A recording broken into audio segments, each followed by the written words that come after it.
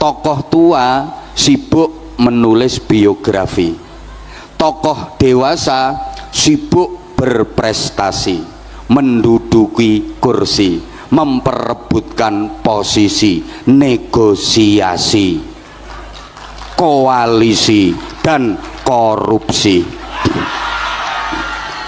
Sedangkan anak muda pandai berorasi, rajin demonstrasi, dan ahli caci maki. Ini bahasa sejarah. Maka kalau kita bicara masa depan, itu bukan untuk generasi tua, bukan untuk generasi dewasa, tapi masa depan itu untuk generasi muda. Sehingga orang-orang tua kita dulu itu punya filosofi yang hebat dalam rangka mendidik anak cucunya.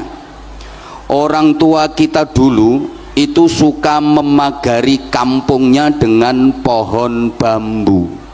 Mungkin di sebagian daerah Bapak Ibu masih banyak kampung-kampung yang dipagari sekelilingnya dengan pohon bambu. Ini filosofi yang luar biasa.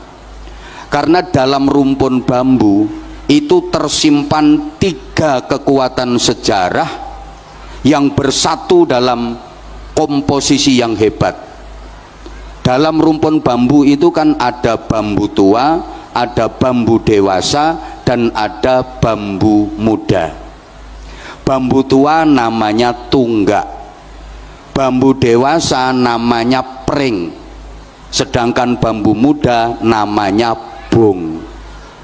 Dulu bangsa Indonesia ketika menatap masa depan, ingin merebut kemerdekaan, mempertahankan kemerdekaan, ini yang diajak berjuang bukan yang tua, bukan yang dewasa, tapi yang muda. Jadi yang diseru itu bukan tunggak, bukan pring, tapi bung. Makanya ada lagunya, mari bung rebut kembali, bukan mari pring rebut kembali, bukan mari tunggak rebut kembali. Sehingga pada masa-masa pergerakan bangsa kita itu kaya akan bung-bung bangsa. Ada Bung Karno, ada Bung Hatta, ada Bung Sahrir, ada Bung Tomo, ada Bung Nusron, Bung Bahlil. Oke, jadi gini, kalau kita pengen maju, di samping Golkar harus solid untuk menuju Indonesia maju, generasi muda harus punya filosofinya Bung. Bung itu kalau pengen sukses harus menetapi 3 syarat. Pertama, tegak dan runcing. Kalau ada bung yang tumpul dan bengkong, itu bukan bung harapan tapi bung ancaman. Biasanya dipotong terus dimasak di sayur. Bung yang sukses itu tegak dan runcing, artinya idealis dan kritis.